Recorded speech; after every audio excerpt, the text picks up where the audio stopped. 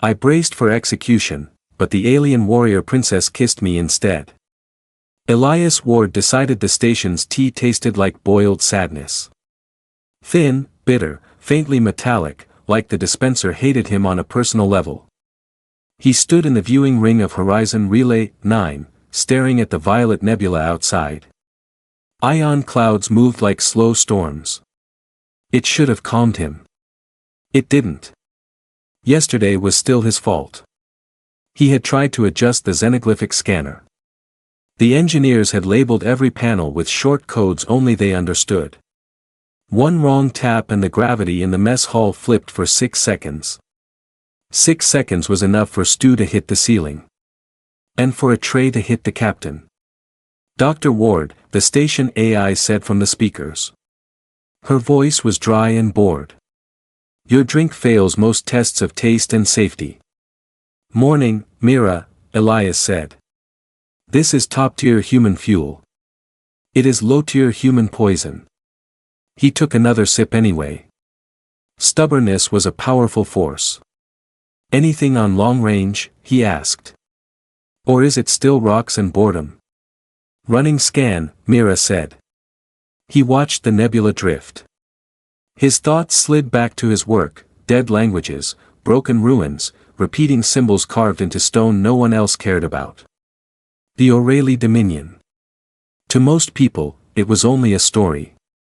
A warrior empire that once ruled this region, then vanished.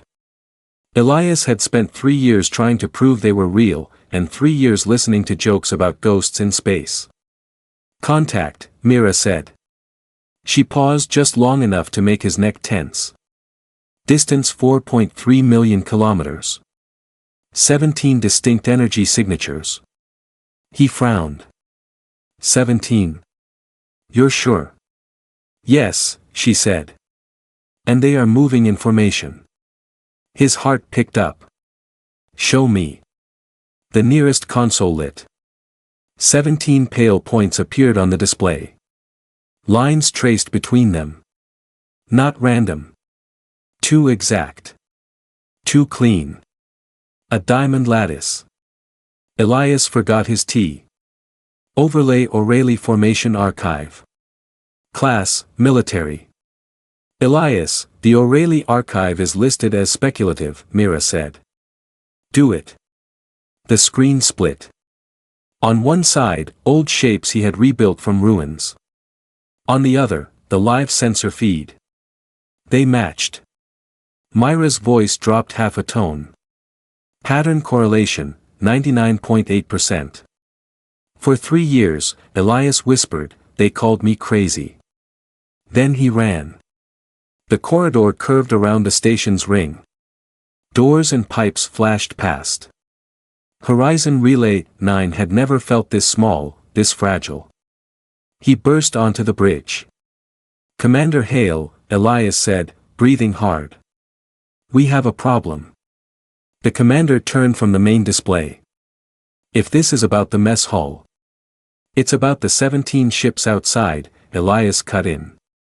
Aureli Formation. Conquest Lattice. They match the old patterns exactly. Hale's jaw tightened. We see the contacts. Could be smugglers. Could be a patrol. Smugglers don't fly in ancient war shapes, Elias said. He held out his tablet. Look at the geometry. This is deliberate. Hale glanced at the data. His expression shifted, just a little. Enough to show he believed the numbers, even if he hated what they meant.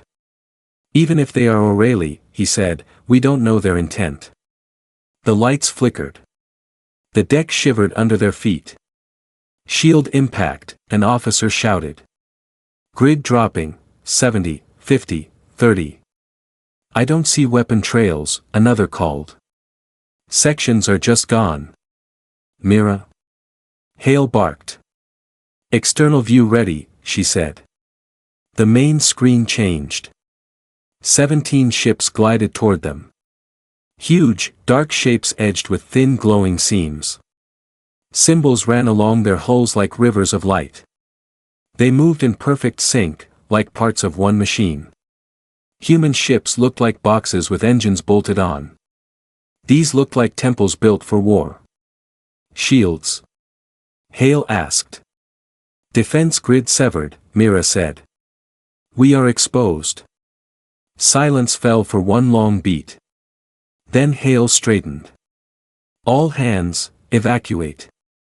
Non-essential crew to escape pods. Move. Alarms screamed. Red light washed over the walls. Elias ran with the others into the corridor. The air was hot in his lungs. Somewhere metal groaned like the station itself was afraid. Ward, someone yelled.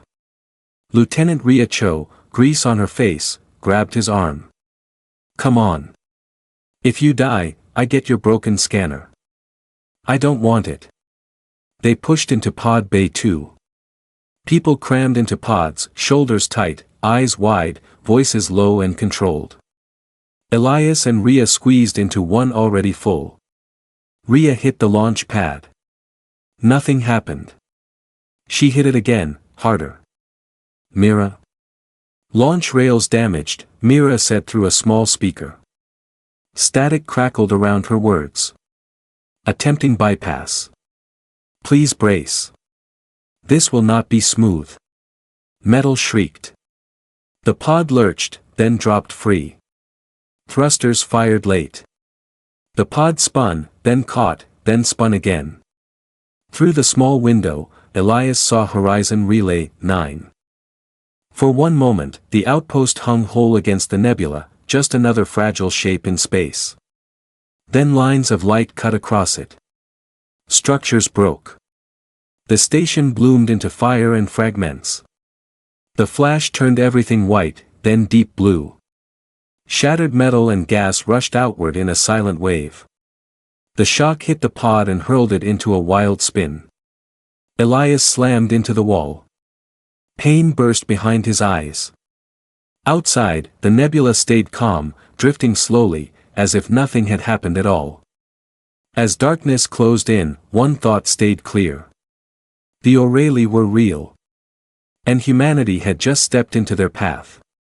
Elias woke to a strange vibration running through his bones. At first he thought the pod was still spinning, but then he realized he wasn't moving. The hum was steady, controlled, almost musical. It wasn't human technology. Human engines rattled. This one sang. His eyes opened. A shadow moved across the cracked pod window. A dark shape. Then another. Then a dozen more. Something had caught the pod. Something impossibly large. The pod shifted and was pulled toward a structure glowing with faint amber light. Elias blinked hard. The ship wasn't built from metal panels, it looked carved. Like a giant mountain of black stone had been hollowed out and shaped into a vessel. Veins of gold light ran through the rock, pulsing softly like a heartbeat. The Aureli dreadnought. He had seen sketches. Old carvings. Half-erased stories. None of them prepared him for the real thing. The pod slid into a docking cavity. The walls moved, flexing like muscle. When the pod clicked into place, the hatch was torn open from the outside by hands wrapped in dark, glossy armor. Figures towered over him, tall, sharp, elegant, like living statues carved from obsidian. Their faces were hidden behind masks shaped like animal skulls, long and angular. Crystalline crests jutted from their helmets, glowing faintly with blue light. One barked a command in Aureli speech. Elias understood nearly nothing. Maybe a word. Take. Or hold. Or prisoner. Then hands closed around his arms and dragged him out. The ship's air smelled of heated stone and something herbal. The gravity felt heavier, pressing on his legs like invisible sandbags.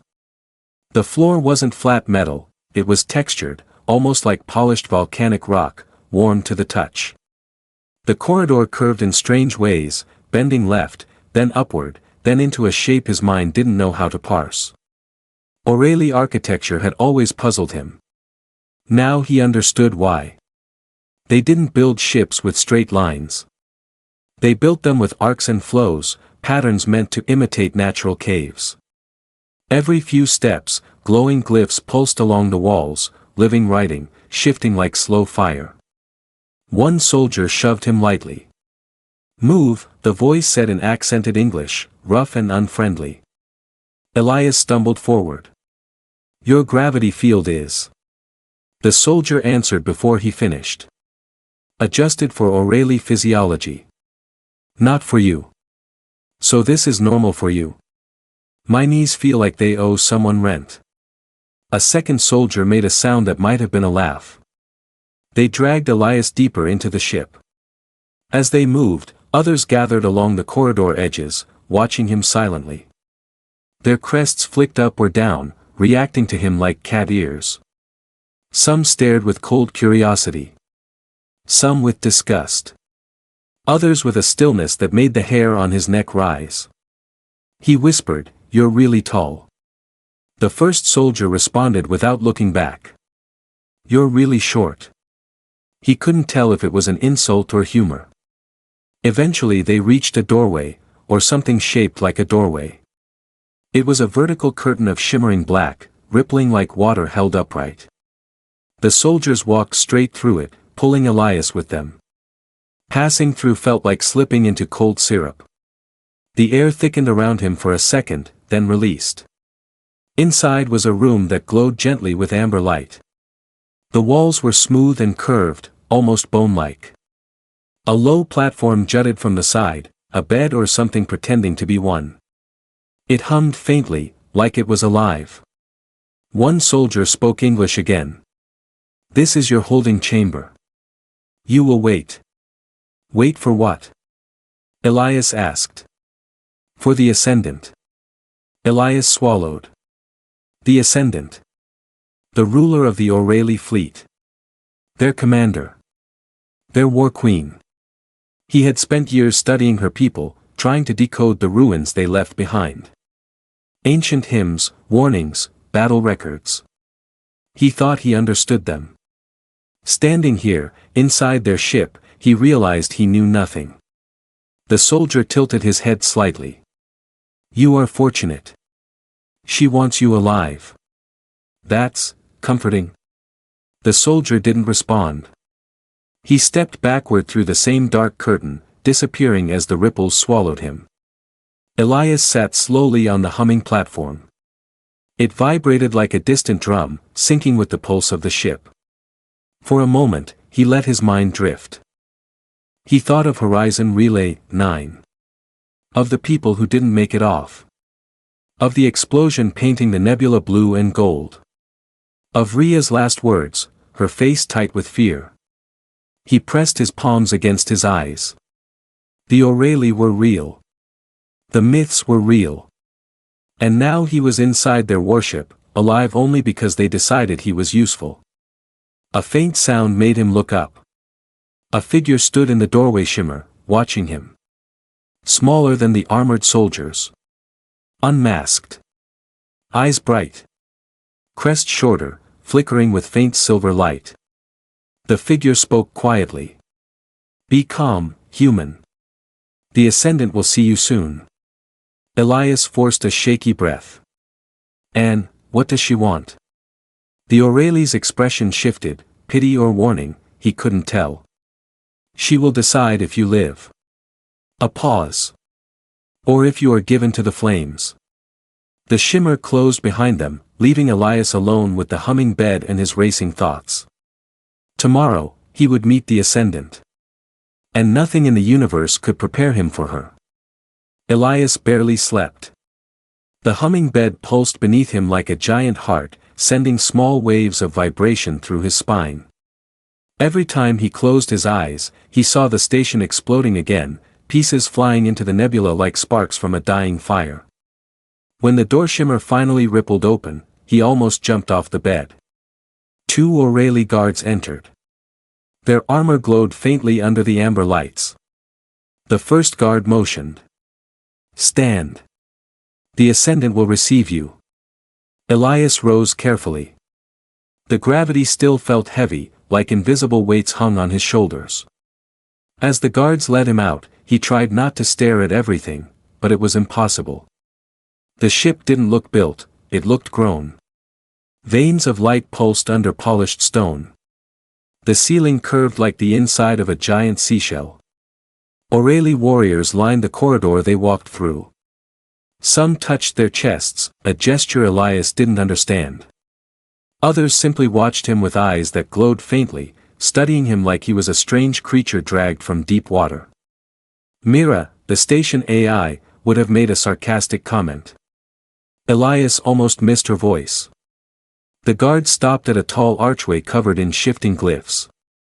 The symbols rearranged themselves as the door sensed their presence, swirling into patterns Elias recognized from old carvings. Invocation of authority. A sign that the person beyond held immense power. The doors opened without a sound. They entered a circular chamber so large Elias wasn't sure how it fit inside a ship. The floor was made of translucent stone, and beneath it flowed slow-moving orange light, like rivers of molten glass. The air hummed with quiet energy. A raised platform sat at the center, surrounded by Aureli officials wearing ceremonial armor. Their crystalline crests glowed in different colors, forming a ring of living light. Then she appeared. Ascendant Seralith Ray. She stepped forward from the center of the platform, tall and impossibly still, her armor made of black stoneweb edged with glowing lines. Her crest rose from her forehead like a crown of sharp crystal, each shard catching the chamber's light. Elias froze. She was breathtaking, but dangerous in a way that felt ancient. Like standing near a cliff edge above a storm. Her voice sliced through the silence. This is the human. Her Aureli words were formal, old, wrapped in a dialect Elias had only ever seen in fragments of inscriptions. Hearing them spoken was like hearing a dead star whisper. A guard pushed Elias gently forward. His knees wobbled. He tried to bow, then realized he had no idea what the Aureli version of a respectful greeting was and ended up doing something that looked like a tiny squat. The chamber muttered in confusion. Seralith circled him slowly. Elias could feel every Aureli gaze on his back. He felt like prey in the center of a hunting ring. You understand our tongue, the Ascendant said in perfect English, though her accent twisted each word in a strangely beautiful way. Some of it, Elias admitted. Not enough to avoid insulting someone by accident. Murmurs rippled through the chamber. Aureli didn't laugh easily. Yet some crests rose with amusement. Seralith stopped in front of him, studying him with those amber eyes that seemed to see more than he wanted to show. Elias Ward, she said. Scholar of old ruins. Translator of dead languages. You sought what should not be sought. I didn't mean disrespect, he said quickly. We didn't know your boundary marks were warnings. I thought they were, art. Art? Her eyes narrowed. The sky oaths? The marks carved to protect sacred space. They were poetic, Elias said before thinking. Beautiful even. The metaphors were. He stopped when several guards stiffened, hands drifting toward weapons. Seralith's crest glowed brighter for a moment. You believed we carved poetry to warn intruders? Honestly? Yes. Something flickered across her face, a brief expression he couldn't read. Surprise? Humor? Disbelief? The eldest official stepped forward. His armor was carved with deep cuts marking age and rank. Ascendant, he trespassed. The human violated sacred domain. The severing must be carried out. Elias swallowed hard. Seralith lifted a hand. The chamber fell silent. He studied us, she said. He learned a language no living human should know. He followed our traces while others dismissed us as myths. I wasn't trying to find you for war, Elias said quickly. I wanted to understand. That's all. Seralith stepped closer. He could feel the heat from her armor. Understanding is a double-edged blade, human. It can build bridges, or it can reveal weaknesses. I'm a linguist, Elias said. My only weakness is terrible tea. Some Aureli crests flicked up, their version of silent laughter. But Seralith didn't smile. Your presence here disrupts more than you realize, she said softly. Your species has touched what is forbidden. Your station stood on our sacred boundary. You have broken Aureli law. What happens now? Elias asked, voice barely steady. The same thing that happens to all who violate sacred ground, the eldest official said. Judgment. Seralith raised her chin. Tomorrow, at the first cycle of shiplight, we hold the trial. Her gaze locked with his. You will learn whether you die, she said, or whether you are bound. Elias felt his breath catch. Bound. He didn't know what that meant. But every Aureli in the chamber reacted to the word as if thunder had struck the floor. Guards seized Elias's arms again. As they dragged him away, he turned back one last time. The ascendant watched him with an expression he couldn't read. Not anger. Not hatred. Something heavier. Something thoughtful. Something dangerous. And Elias realized the truth. He wasn't walking toward judgment. He was walking toward a decision that could shape the fate of two species. Elias sat on the humming stone bed and stared at the glowing patterns on the wall. They crawled and shifted like tiny rivers of molten metal. Aureli writing. Ancient. Alive. Beautiful. He was too nervous to appreciate any of it. Tomorrow, he would face judgment. He didn't know whether judgment meant a blade, a fire, or something even worse. The Aureli were old. Their traditions were older. And everything on this ship reminded him how small humans really were. His thoughts spun like loose gears. Should I try to escape? Impossible. Should I try to talk to Seralith again? Also impossible. He rubbed his eyes. I survived a station explosion, just to get arrested for misreading ancient warnings. The door shimmer rippled. Elias jumped. A different guard entered, younger, slimmer, crest dimmer than the others. Their armor was lighter, and the expression on their face was strangely nervous. The guard carried a smooth black bowl. Steam drifted up from it, smelling sharp and spicy. It is the cycle before judgment, the guard said. This meal is given to the condemned. Great, Elias whispered. A last supper. He accepted the bowl. The food inside was violet, with pieces of glowing green something. He poked it with his finger. What is it? Rabith grain, the guard said. It strengthens balance. You will need it. Elias tried a bite. It tasted like hot pepper mixed with sweet dust. Not horrible. Just confusing. Thank you, he said. The guard tilted their head. Most humans curse or cry at this moment. I'm saving my panic for later, Elias said. Preferably right before the part where someone swings a blade at me. Their crest flickered upward, amusement.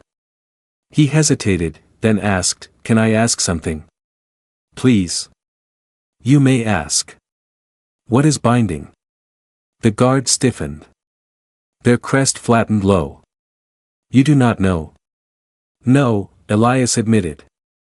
I know a lot about your ruins, but not your ceremonies. The guard stepped closer. Binding is not a simple thing. It is older than our military, older than the Dominion itself. It is the forging of two fates into one. That sounds intense. It is more than intense. It is sacred. The guard studied him carefully. When one invokes binding, the condemned is spared. But their life becomes part of the one who claims them. Forever. So like a contract. Contracts break. Binding does not. The guard paused. When two are bound, their honor merges. If the human brings shame, the claimant shares it. If the human succeeds, the claimant shares that too. Elias blinked. Wait. So if someone important claimed me, they'd be risking their reputation for me? Yes. A small silence. It has not happened in a very long time. Elias swallowed hard. So most people just choose death. No one chooses death, the guard said firmly. But few are considered valuable enough to be worth binding. I'm just a linguist. He laughed weakly. A very tired linguist who makes bad tea. The guard's face softened a little. Then pray someone sees value where you do not. Minutes passed quietly while Elias forced himself to eat the strange meal. Every bite tasted like he was chewing on a strange future. Eventually, the guard stepped toward the door shimmer. Before leaving, they spoke again. You fear the severing. That is normal. Their voice lowered. But you should fear binding as well. It is not, gentle. Great. Elias sighed. I really needed more things to be scared of. The guard paused, then added, do not give up, human. You survived your station's death. That is rare. Luck follows those who live when they should have died. Then the guard slipped through the shimmering doorway, leaving Elias alone again. He tried to sleep. He couldn't. The chamber felt colder now, or maybe his nerves were raw. He sat with his back against the wall, hugging the bowl to keep his hands warm. He stared at the symbols drifting along the walls. They looked like falling stars. He whispered to himself, maybe they'll see I didn't mean harm. Maybe they'll let me explain. But even as he said it, he knew explanations wouldn't matter. Aureli justice wasn't about intent.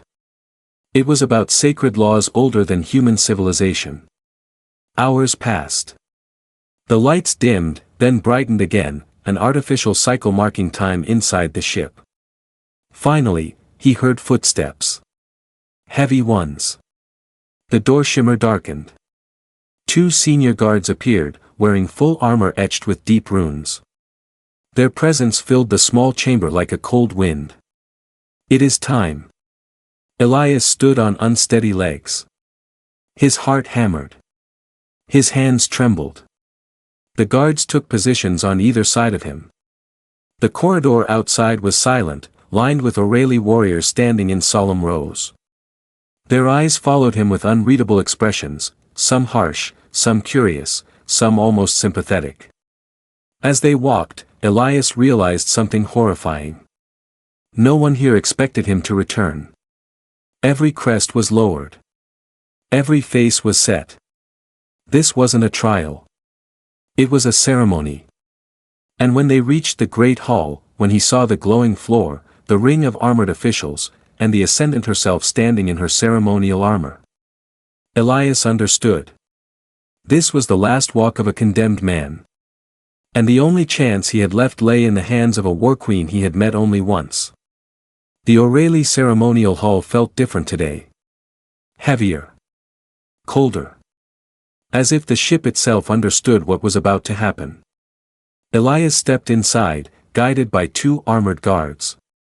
The glowing floor pulsed beneath him, sending soft ripples of orange light outward like he was disturbing the surface of a living lake. The chamber was filled with Aureli warriors standing in perfect rings, their crystalline crests raised high in solemn display. He tried to breathe. It felt like inhaling stone dust. At the center of the hall stood the raised platform. And on that platform, Ascendant Seralith Ray, dressed in ceremonial armor unlike anything he had seen before. Her armor wasn't stone anymore. It was light, woven bands of gold and shadow, shifting like ribbons of molten metal. The crest on her head glowed brighter, taller, almost fierce. Elias suddenly understood why ancient ruins called the Aureli the people of living flame. Seralith descended the platform step by step. Each footfall echoed through the chamber like a heartbeat.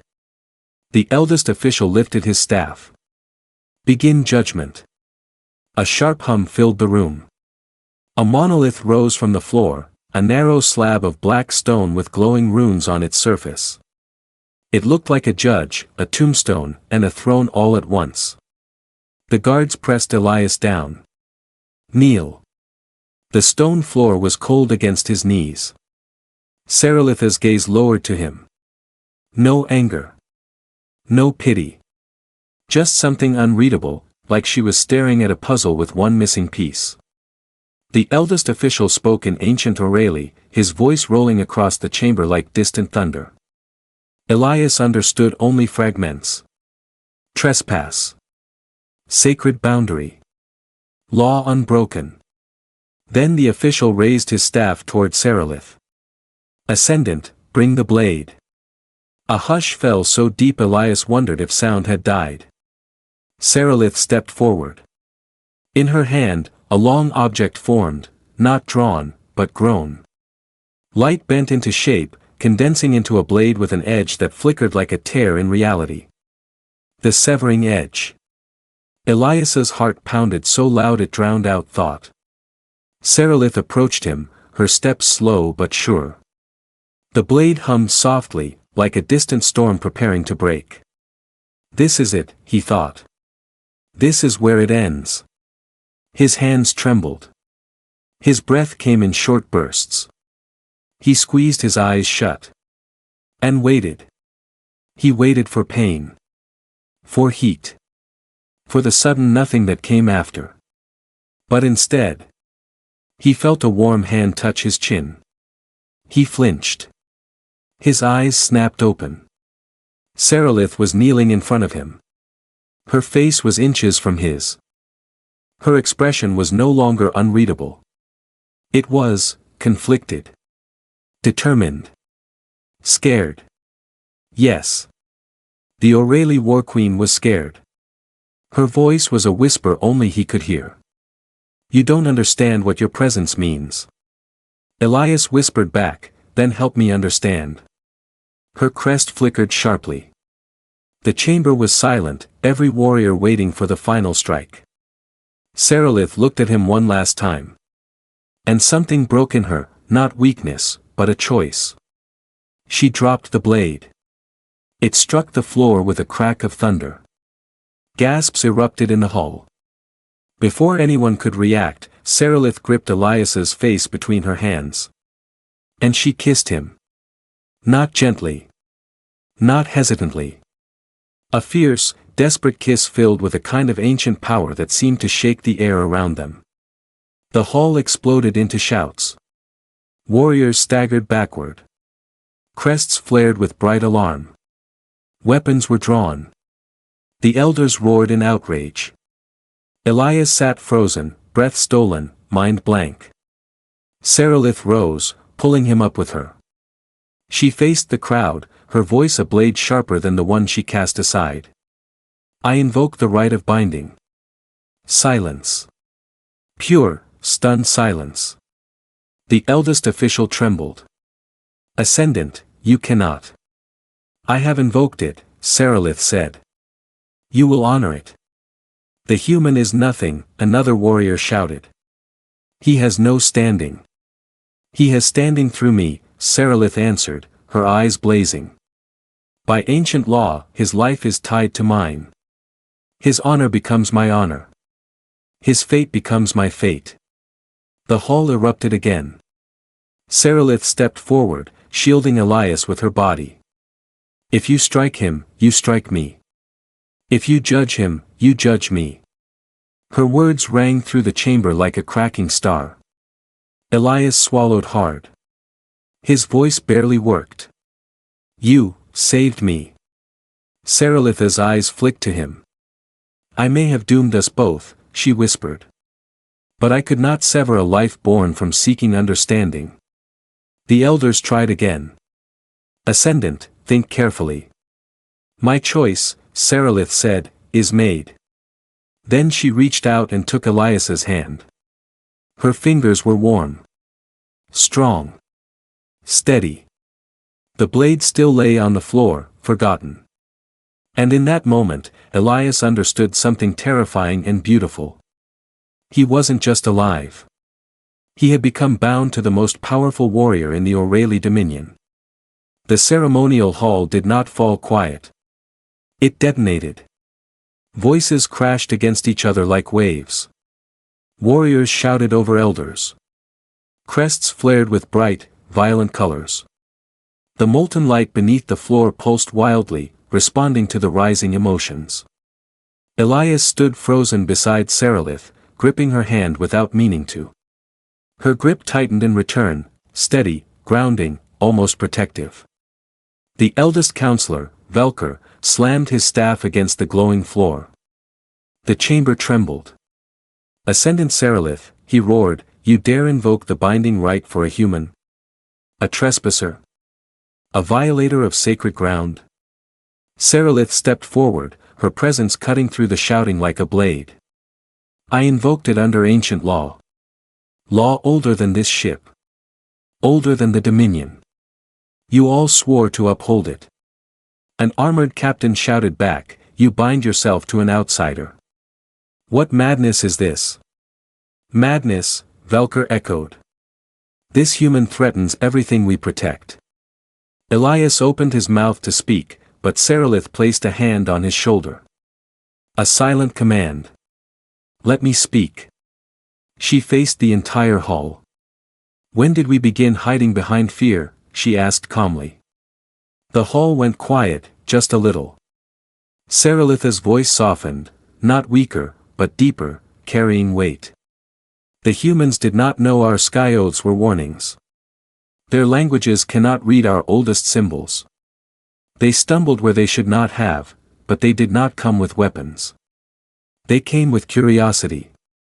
A murmur rippled through the warriors. Serelith gestured toward Elias. "This one spent years studying echoes of us. He tried to understand. He saw beauty where others saw ruin." Elias whispered, "I really did think they were poems." Several warriors actually groaned. A younger official muttered, "We left direct warnings. How did he mistake them for poetry?" Elias shrugged helplessly. "Your metaphors were emotional." Serelith's crest flicked upward, a sign of restrained laughter. Velker raised his voice again. "Intent does not erase violation.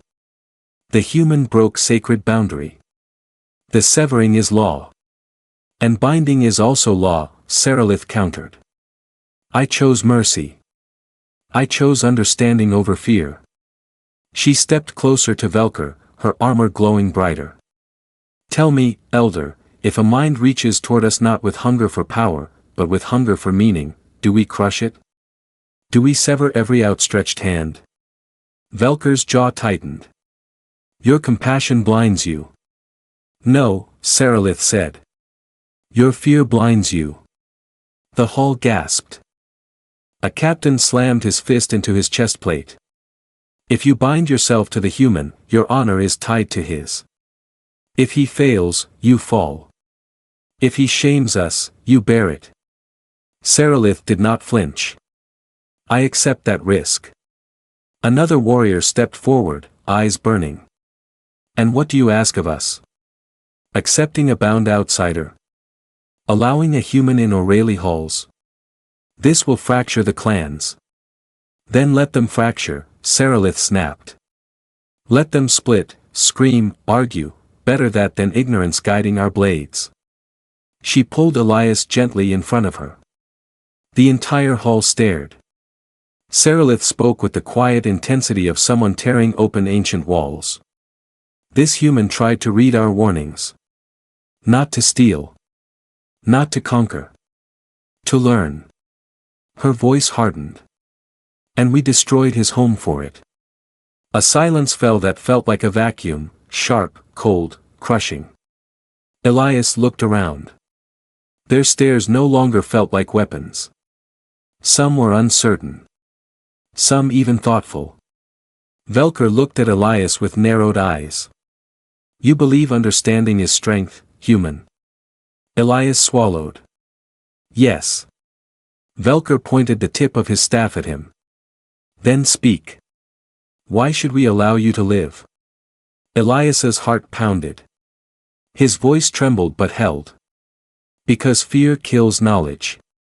And knowledge might be the only thing that keeps our species from destroying each other. He took a slow breath. I didn't come to your space to betray you. I came because I admired what you left behind. The structure. The metaphors. The warnings. I didn't understand them, but I tried. And I will keep trying. Silence. Elias felt he had said too much. Or too little. Then Saralith spoke softly. And there it is. The truth none of you want to admit. She looked around the hall with quiet challenge. We have hidden for centuries. Hidden from humans. Hidden from change. Hidden from the future. And yet this small human, she gestured to Elias, walked blindly into our shadows trying to learn from us. A single tear of molten light dripped down the glowing floor. The ship was reacting again, echoing emotion. Saralith raised her chin. I will not sever a life that seeks understanding. Velker finally spoke. Then the council must decide whether to accept the binding. He looked at Elias again. And what that means for the Dominion. Elias held his breath. Every warrior in the chamber tapped their chest in debate, thinking, weighing, judging. Finally, Velker placed his hand over his heart. The Ascendant's claim is recognized. Gasps. Relief. Fury. Awe. All at once. Velker added, voice dark and heavy. But the Dominion watches you both now.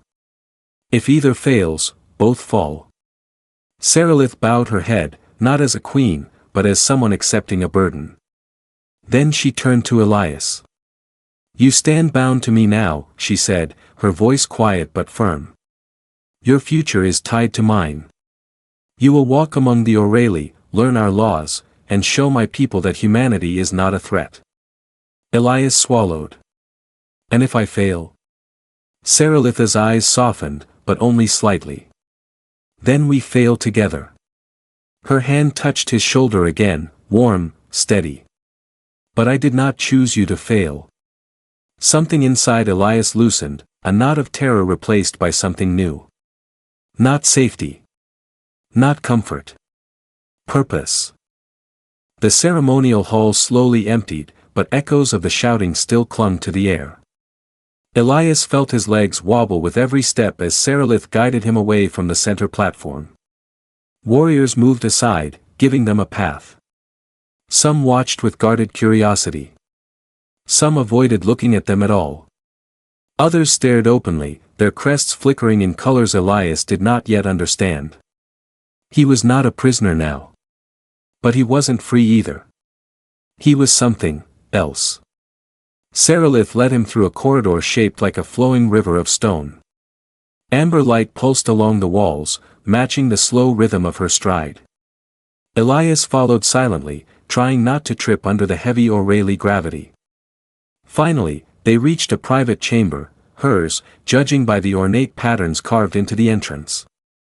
The door dissolved into a curtain of shimmering dust as they approached. Inside, the room felt warmer, almost gentle. Soft, glowing lines formed circular patterns on the floor. A curved balcony opened into a view of the swirling nebula outside, casting faint purple light over everything. Saralith turned to him. You are trembling. I think that's just terror wearing a nice coat, Elias said. A faint flicker of amusement touched her crest, but her eyes stayed serious. You should rest. Today changed your path. And mine. Elias took a slow breath. You saved me. You didn't have to. She stepped closer, her voice quiet but sharp. No, Elias Ward. I did not save you. I chose you. The word struck him deeper than he expected. He looked at her, this tall, fierce warrior with fire in her eyes, who commanded fleets and carved her will into ancient laws, and he wondered why she had risked everything for him. Why, he whispered. Why take that risk? You could have let the ceremony finish. Saralitha's gaze drifted toward the nebula outside. The swirling purple light reflected in her eyes like distant storms. When you stood on that platform, she said, you were not a warrior. You did not beg. You did not threaten. You looked lost. And yet you still searched for understanding. She turned back to him. For generations, my people have feared humanity. Feared what your kind might become. But you walked into our forbidden space looking not for power, but for meaning. A pause. And in all my years, I have never met a mind so desperate to understand what others have forgotten. Elias blinked. That's the best compliment I've ever gotten. Saralith stepped closer until he could feel the warmth of her armor. Do not misunderstand. Binding is not romance. Binding is responsibility. His face warmed despite himself. She continued, your failures reflect on me now. Your actions affect my command. If you anger even one clan, I will face consequences. Yep, Elias said quietly. Terror definitely just took off the coat. Finally, Saralitha's expression softened just a little, like a crack forming in stone. Still, I believe this path may lead us somewhere new. Elias sat heavily on a curved seat made from what felt like smooth obsidian. The weight of everything began to press down all at once, the destroyed station, the lost crew, the binding, the Aureli Council's threat. He buried his face in his hands. I have no idea how to do this. Saralith knelt in front of him, her crest glowing faintly. You will learn. I will teach you our customs, our speech, our history. In return, you will teach me about humanity. He peeked through his fingers. Teach you, what exactly? Everything you know, she said simply. How humans think. How they choose. How they break. How they hope. Humans are pretty messy. Then I will learn mess, she said with calm finality. He let out a shaky laugh. I hope you're ready. Because this is going to be complicated. Saralith touched his shoulder again, gentler this time. A gesture that felt almost like reassurance. Most paths worth walking are complicated. A soft tone echoed through the room, breaking the moment. Saralitha's expression hardened instantly. She rose to her full height, eyes sharp again. What is it? Elias asked. She listened to a voice only she could hear, transmitted silently through her armor. Trespassers, Saralith said quietly. Another human vessel has crossed the boundary. Elias's stomach dropped. What? That's impossible. Humans shouldn't even know this region exists. Yet they are here. Her crest pulsed with warning light. And they are broadcasting a message. Elias stood. What does it say? Saralith looked at him, eyes narrowing with a mix of conflict and anticipation. It says they are searching, she whispered. For survivors of Horizon Relay 9. The room felt colder. Elias's pulse hammered. Human rescue ships. In Aureli sacred space. This was how wars began. He met Saralitha's gaze. What do we do? Saralith stepped closer, her voice low and steady. We face your people. Together. She extended her hand. Elias swallowed hard, then took it. Bound in fate. Bound in danger. Bound in hope. Two species stood on the edge of either peace or destruction. And now, their future depended on a linguist with shaking hands. And a war queen who chose mercy over law. Their story was only beginning.